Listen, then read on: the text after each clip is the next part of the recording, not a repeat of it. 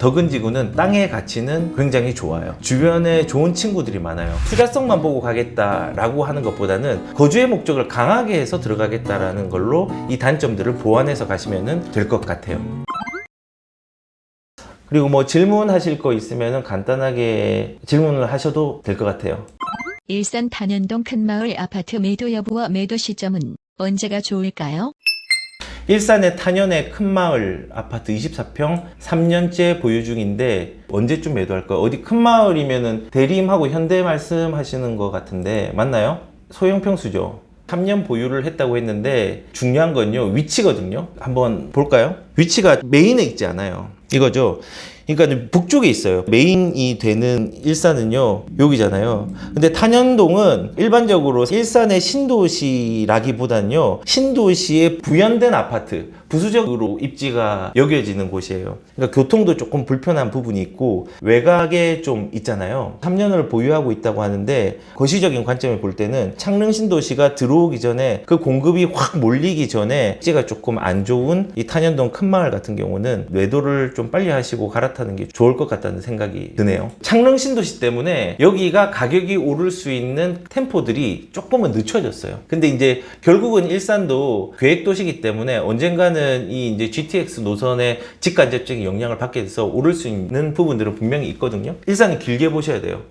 덕은지구 DMC 리버파크 자이와 창릉 신도시 분양 중 어디에 청약하는 게 좋을까요? 저는 기다리지 말고 다 넣는 게 좋을 것 같아요. 여기 셜록 홈즈님이 덕은지구 A4 신혼부부 특공 쓰면 아까울까요? 아니면 창릉 신도시로 기다리는 게 나을까요? 라고 말씀을 하셨는데요. 저는 쓰시는 게 좋을 것 같아요. 이 분양이라는 건요 확률 싸움이거든요. 안 될 가능성이 있어요. 물론 특공은 일반 분양보다는 확률은 더 높죠. 그런데 안 될 가능성이 있으니까 쓰시는 게 좋을 것 같아요. 말씀드린 것처럼 거주 목적 중심으로 들어가신다면요 여기를 뭐 5년 이상을 내다보시고 쓰시면은 별 문제는 없어요. 덕은지구 같은 경우는요 혼자 잘난 애가 아니라 주변에 잘난 지역들이 여기랑 더불어서 동반 상승하는 거예요. 젓가락 하나를 여기에 딱 세우면은 혼자서는 잘 못 쓰잖아요. 이렇게 넘어지잖아요. 근데 여러 개가 젓가락이 뭉쳐져 있어요. 이렇게 묶여 있어요. 그럼 쓸 수 있잖아요. 마찬가지로 그런 효과들이 주변에 같이 이루어지기 때문에 여기는 거주 목적으로 들어가시고 약간의 투자 수익들을 얻는다면요 쓰시는 게 좋아요. 창릉 신도시도 좋지만은 이 확률 싸움이기 때문에 점수가 된다면 그 주변에 넣으셔도 가격적인 이익들은 충분히 있을 것 같다는 생각이 드네요. 덕은 중흥 S클래스에 당첨되어 있는데 언제까지 보유할까요?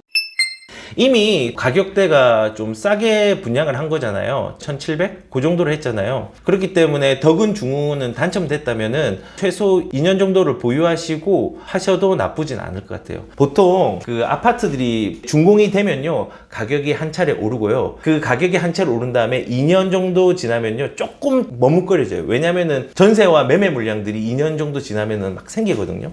근데 홀수년도 있죠. 뭐 3년, 매매 수요도 2, 3년 짝수년보다는 좀 작아요. 그래서 저는 개인적으로는 덕은 같은 경우는요, 거주하시고 보유하시다가 한 3년, 5년 안에 팔아도 좋은 수익이 나고 갈아타기에 좋은 전략이 될 수 있는 아파트 같아요. 중흥 같은 건 그렇지만은 이번에 분양하는 자이 같은 경우는 그 전략을 쓰면 안 되고 좀 5년 이상 가져가시고 수익을 누리시는 게 좋을 것 같아요. 다주택자이고 보유 현금 5천 정도를 활용하여 투자할 수 있는 방법은 무엇일까요? 그쵸.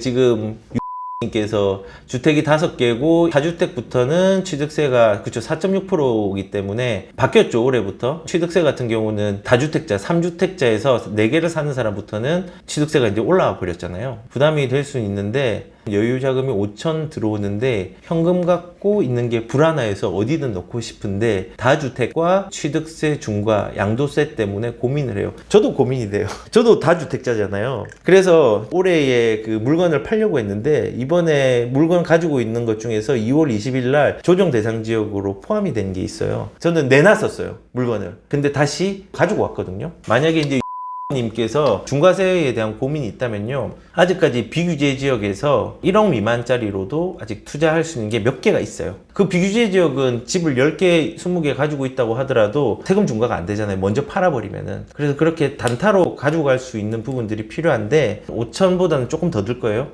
나중에 한번 상담을 신청하시면은 그 현금을 가지고 할 수 있는 데를 말씀드리도록 할게요. 네.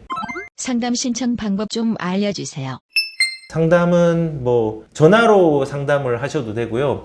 제 홈페이지에 들어오시면은 상담서를 작성하는 게 매 영상마다 링크가 되어 있거든요. 상담비는 저희 직원한테 한번 안내를 받으시면 될 거 비싸지 않아요. 저도 뭐 이 유튜브 수익이나 상담 수익으로 살림을 꾸려나가는 사람은 아니기 때문에 그런 부분들은 염려를 안 하셔도 되고요. 저는 개인적으로는 유튜브를 운영하는 것 자체가 돈이 많은 사람보다 돈이 부족하지만은 그 두려운 노후를 잘 견딜 수 있는 사람들이 될 수 있었으면 좋겠다. 실수를 최소화해서 관리하는 부분이 있었으면 좋겠다라는 취지에서 유튜브를 운영을 하고 있어요. 그렇기 때문에 그런 고민들을 선택하기 이전에 오셔서 투자에 부족함이 없게 재산을 관리하셨으면 좋겠다는 생각이 듭니다.